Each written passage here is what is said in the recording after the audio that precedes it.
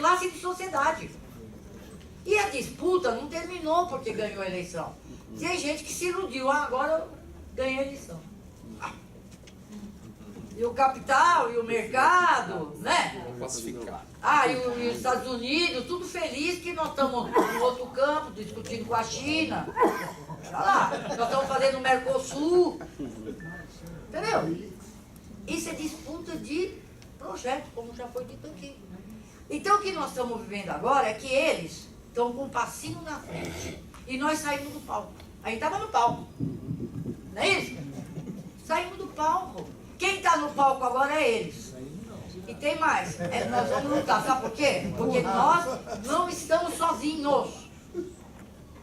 E a luta não é individual. Eu não vou enfrentar o coordenador lá, chato do meu coisa sozinho.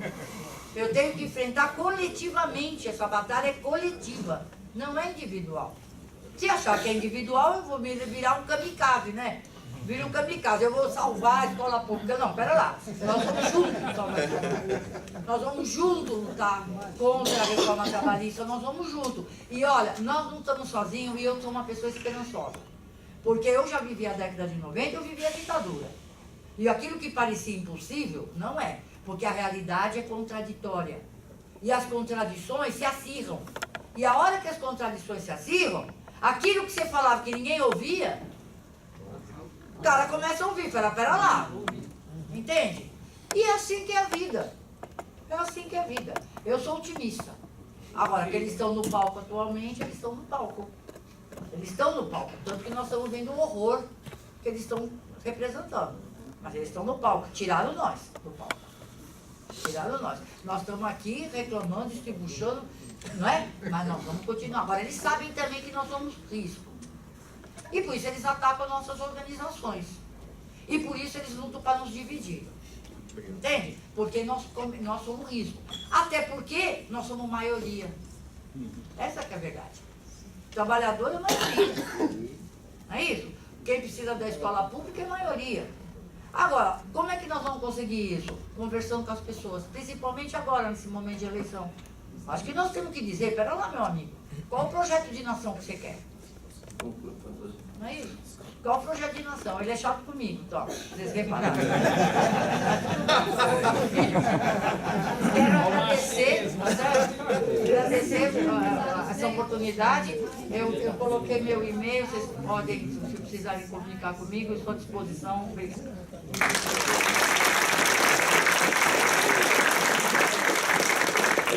O pessoal tá olhando do outro lado, peraí, né? Então... Já tem gente para entrar, eu vou encerrar aqui. Estou me sentindo o Eduardo Cunha aqui nesse só para finalizar, duas coisas que foram colocadas aqui. A primeira, acho que uma professora que perguntou da questão das eleições, né? De uma bancada de... foi você, professor. Eu tenho um outro livro do Mesários que se chama Atualidade Histórica da Ofensiva Socialista. Esse livro ele faz uma análise muito interessante da ascensão. Ele começa, obviamente, ele está analisando o Partido Trabalhista inglês e ele vai mostrando as contradições de como os movimentos de esquerda, que ora se apontavam como revolucionários, foram se convencendo de que o sistema fazia uma concessão histórica a eles e que fazia parte mesmo algumas questões. Então, se a gente distribui crédito, carro, companhia limitada, nós vamos pacificar o modelo, né? O problema é que a gente chamou o lobo mau para dentro da casa da vovozinha, né? E aí, em algum momento, ele decidiu que ele não ia mais ficar só dentro da casa, né? Ele ia tomar a casa e comer a vovozinha, né? No bom sentido. Então, para que a gente tenha uma bancada, de novo, ativa, nós vamos ter que repassar por algumas coisas. A primeira delas é a gente recuperar a ideia de que mandato é um instrumento de luta e não um instrumento personalista. Eu acho que esse é o primeiro ponto. O PT, para quem militou aqui há muitos anos, onde é que o PT se perde? No momento em que ele desarticula os grupos de base para se articular em torno dos caciques. Então você passou a ser parte do grupo de fulano, ser parte do grupo de fulano, e nós vamos trabalhar para eleger só o fulano, que também não vai mais largar o osso nem pensar. Então isso desmobilizou as bases. Quando o golpe veio, a gente não teve força para resistir. Então esse é um ponto histórico aqui para nós, de quem acompanhou, e eu estou falando aqui do maior partido de esquerda da América Latina. e que produziu uma experiência que, na minha opinião, foram os melhores governos republicanos que o Brasil já teve. Eu não estou aqui, só que se perdeu nessa mescla do poder. E o Meságros explica muito bem isso no texto. E aí, fazendo minhas considerações finais aqui, professor, a luta, ela é quando a gente usa esse termo que está batido também, né? Uma vez meu afilhado, né, tem uns 9, 10 anos, um dia eu levei ele numa assembleia, e aí todo mundo que pegava o microfone falava até a luta e não sei o quê, e aí ele falou assim, ô tio, esse povo luta e nunca vence, né? Então a gente luta e não... Mas a luta, na verdade, ela é uma opção existencial, né? É uma opção de resistência diária mesmo. E aí, quando eu falo de resistência diária, não é a resistência por aquilo que empobrece o processo educativo. Então, por exemplo, eu acho que um primeiro ponto, para a gente resistir a essas reformas, nós precisamos conhecer. E aí eu vejo as pessoas sentando a madeira em alguns pontos sem ler os textos. Porque se você não lê, a gente fala aquilo que alguém disse que tem que ser assim. Então, quando houve essa discussão dentro das escolas, houve uma resistência, aquela gritaria, aquela histeria, porque senão nós vamos... Mas tudo bem, não vamos legitimar, não quer discutir, tudo bem, mas a pergunta é, a maioria dos que estavam gritando leram o texto? Porque se não lê o texto, você não consegue fazer uma crítica que seja uma crítica assintosa. Se você não lê o texto, você não vai entender o que veio antes. Então, assim, parece ser uma coisa besta que eu vou dizer aqui, mas a gente tem que estudar. E ao estudar, parece que é uma coisa idiota falar isso para professor, né? Mas quando a gente vê colegas nossos dizendo que o picolé é uma grande opção, eu falo, filho, você sofre de síndrome de Estocolmo. Como você já viu, que é quando você se apaixona pelo sequestrador. Porque o cara ficou 4 anos, a gente ficou 4 anos sem aumento, gente. Faz a conta da inflação, o que isso consumiu do nosso salário. Detonaram tudo que tinha nas escolas que funcionava. Não tem papel higiênico.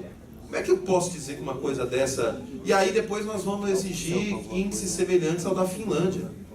Então, assim, a luta ela se faz no cotidiano da resistência e na minha ótica, o melhor instrumento de luta que nós temos dentro da escola é ser referência daquilo que se faz de melhor. É ter uma boa aula, é ter compromisso com aquilo que está sendo feito, porque não adianta a gente gritar e não ir nas reuniões. É você aprender a respeitar ali dentro, inclusive, porque muita gente ali sofre de desconhecimento. Não é porque tem um diploma universitário que não... Sofre de desconhecimento, inclusive, do que está rolando com a própria categoria. Então a gente precisa também ter aí um senso de ternura e sensibilidade com alguns colegas, porque se a gente não tiver isso, você senta o tacape. E aí a gente acaba perdendo. Então, assim, a gente precisa de uma estratégia, seja uma estratégia de convencimento. E eu finalizo aqui que esse convencimento, e aí linkando com a pergunta do professor aqui sobre os mandatos, eu finalizo recomendando um livro que está muito bem traduzido pela Boitempo, que é um texto do Marx chamado Crítica ao Programa de Gotha. E esse é um livro em que ele faz uma crítica muito interessante ao pedido de grupos de sociais-democratas para que a gente tomasse o poder nas eleições, naquele momento já, que a gente tinha que abrir exceção e fazer aliança com Deus e com o capeta. E o Marx responde uma coisa muito interessante naquele texto. Ele diz o seguinte: nós podemos até negociar questões que dizem respeito à vida prática das coisas, porque a política também é a arte de você negociar. Isso sim, isso vale para as escolas, isso vale para a política, isso vale aqui para a Profesp. Tem coisas que eu não posso dizer que todo tempo eu estou certo. Não dá. Tem coisas que a gente negocia. Só que o Marx cita uma coisa, e eu recomendo esse livro por conta disso, ele diz o seguinte: mas tem uma coisa, e nisso vocês estão errados, e ele está respondendo aos sociais-democratas. Nisso vocês estão errados. Existe uma coisa que não se negocia, que é um negócio que se chama princípio. Princípio não se negocia. E nós nos perdemos por negociar princípios. Então, eu acho que o maior instrumento de luta é a manutenção de um negócio que se chama princípio. E eu fico muito feliz pelo convite que eu recebi aqui da Profesp para estar aqui. Fico feliz por ter tido uma tarde para falar com colegas que sofrem e passam e têm as mesmas necessidades que eu. E fico feliz de ter trabalhado aqui numa tarde os princípios que eu acredito, aprendi e tenho gastado a minha vida. Então, muito obrigado e valeu, gente. Até uma próxima. Para terminar aqui, quero agradecer a presença da professora Madalena Glauco, professor Francisco Greta, professor Wagner Cipriano e o Antônio Capelari, que fizeram parte da mesa. Muito obrigado e a gente vai para a próxima mesa, próximo debate. Ok? Obrigado.